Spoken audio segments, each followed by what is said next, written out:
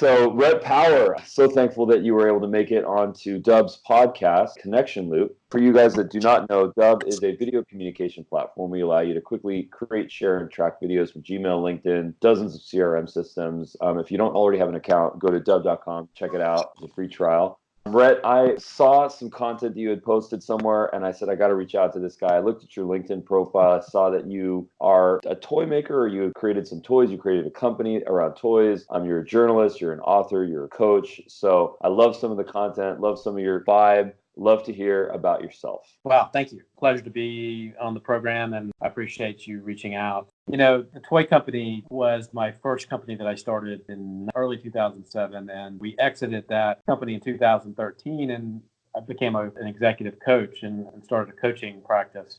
I used to work for the government. I used to work for some consulting companies. But the minute I got the keys to my first business, I knew that that's what I needed to be doing and never looked back, and just loved working with the teams that we put together and working with clients to help solve their problems. Can't think of anything better. You know, I'm fortunate enough to be able to have a platform at Ford and have a platform at Inc. and a couple other at Thrive Global and a couple other platforms, and be able to write about the issues that my clients face, the issues that I've faced in business. And one of the things that you love is video, and this new LinkedIn Live platform is my first sort of dip into live work. I've done some live TV, but on camera, live sort of podcast interview type work. But I've been doing that since early on LinkedIn Live. I think I've done about 70 or 80 shows, 5 days a week, pretty much. And I'm just having a blast interviewing people, learning from people who are doing really interesting things in the world. So the live platform and the video platform has actually given me a new way to learn and actually create relationships with people that I hadn't had an opportunity to really talk to or interact with before. So that's compelling. I want to understand this journey, though. So you went from running a toy company to being an executive coach, and now you're really a personality. You're a video personality. You've done obviously so many shows using live video, which is tremendous. Would love to explore that. Talk to me about that journey. How did you find yourself on that path? I don't know how I found myself on the path to be an entrepreneur. I was doing a job that I loved. I got to travel. I was making decent money. I was actually doing projects that helped people. I was doing international aid work. From the surface and from everything I thought I wanted in life, professionally and personally, I had all of that. And I had done the things and sort of created a lifestyle that I thought I wanted. But, I'm sure you know what that feeling is like. But you wake up one day and you just say, something's not right, And about that time, I met a guy who was doing the same kind of work, and I guess was feeling the same kind of way, that something in his life and our lives wasn't quite right. And so we started talking about entrepreneurship, and we started talking about owning a business. And the idea just kind of grew. And over a course of a year or 2 years, we kept talking about it and talking about it and talking about it until finally one day we said, we got to shut up and do this or stop talking about it. We're not helping each other if we're just going to continue talking about it. So we quit the jobs and we looked for a company to buy. We wanted to be acquisition entrepreneurs, essentially. We wanted to find a company that we could take over and bring in capital, bring in expertise, and bring in some energy to. And that was the toy company. We found this tiny little toy, one product company in Myrtle Beach, South Carolina, of all places. And we looked at a dozen different types of business. We looked at a dead body removal company. We looked at a roofing company. We looked at all kinds of things, and none of it really got us excited. This little toy product, we saw it, we fell in love with it. We probably paid too much for it, but it was a product that we knew that we could do something with. And that launched a toy company that became an Inc. 500 company. We actually had a public and we had an exit from that company, but we worked on over 80 products and during our ownership and our managing of the company. And 3 of those products were Toys of the Year. And we won over 40 design awards for product that we designed. And one of the things I did before I did any of the business stuff and before I became a consultant and professional stuff, I was in the Peace Corps. And in the Peace Corps, I was a teacher at a university, and I did learn that I really liked to teach. And I began thinking more about it after we sold the company. I had been a mentor. I'd been mentoring some other smaller businesses and some other entrepreneurs, and really decided that was something I wanted to continue doing. And I needed to figure out a way that I could do that. And, I've since become part of a great network of coaches. I learn from them every day. I've gotten coaches myself and mentored myself. And what I found is that, it's like building any other business. It's a daily hustle. You've got to talk to people. You've got to network. You've got to build a reputation. That's what I've done over the last 5 years in the coaching business. And I really, really, really love it. I've got the worst case of ADD in the world. And so being able to talk to somebody and have a different problem and a different issue to work on every day with a different client suits me and my personality really just perfectly.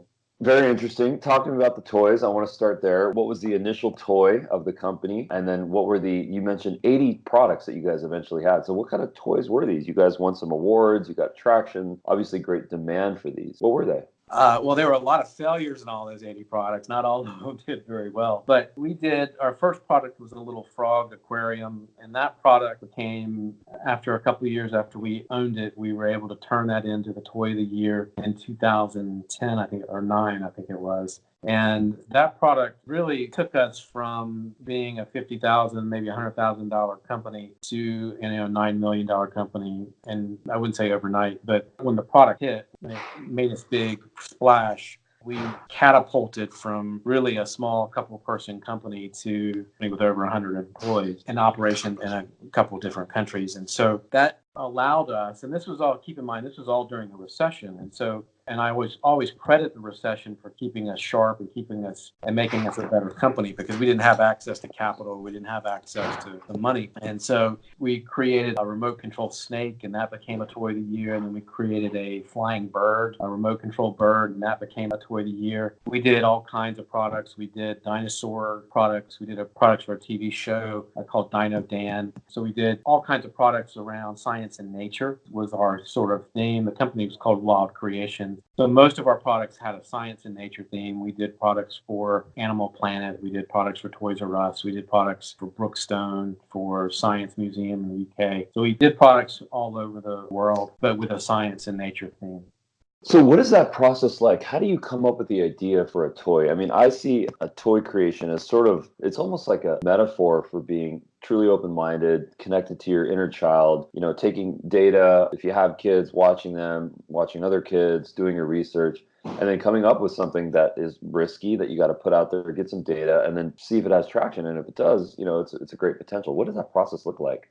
Well, we took it and attacked it from a bunch of different perspectives. And so our first couple products were driven by our ideas and by our sort of internal process. And those actually, aside from the eco aquarium or the frog aquarium, didn't do so well and actually hurt the company in a lot of ways, because we weren't sure about how to order. We had some product that sat in the warehouse, and for years. What really transformed our company was two things. Number one, learning that if you went to some of the big toy type of retailers, they would tell you what they wanted. And they have, Toys R Us, for example, had a massive operation in China. They had a massive operation around the world. And they knew what was going to be popular. They knew what they wanted, and they knew what they wanted on their shelves.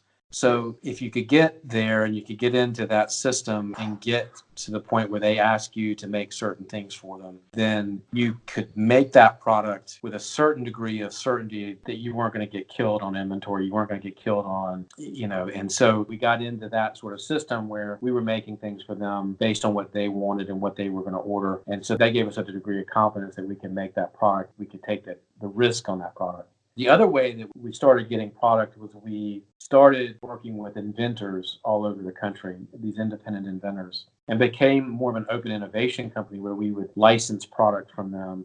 If we saw something that had potential, a lot of the inventors that we ended up meeting, their challenge was not inventing an interesting product. Their challenge was taking it to market. And we had an ability to take a product to market. We had the retailers that we knew. We knew how to get into the retailers. We knew how to package, and we knew how to manufacture the product. And so that gave us a unique ability to spend our resources and narrow down our focus and narrow down what we were really good at, and not spend resources where we weren't as strong. And so we licensed a lot of product from independent inventors that had a good product but needed to help to take that product to market. And so that was the other way that we ended up finding product. Got it. So, I mean, it sounds like along this path, you were a good negotiator, you were a good listener, good business person, because it sounds like you were not completely focused on inventing, creating stuff that you were excited about, that you wanted to do, but rather With Dubb, you can easily send your business videos from Gmail, LinkedIn, CRMs, and so many more places, but you don't have to take my word for it. Absolutely perfect. Screen records, landing pages that can really help businesses to grow.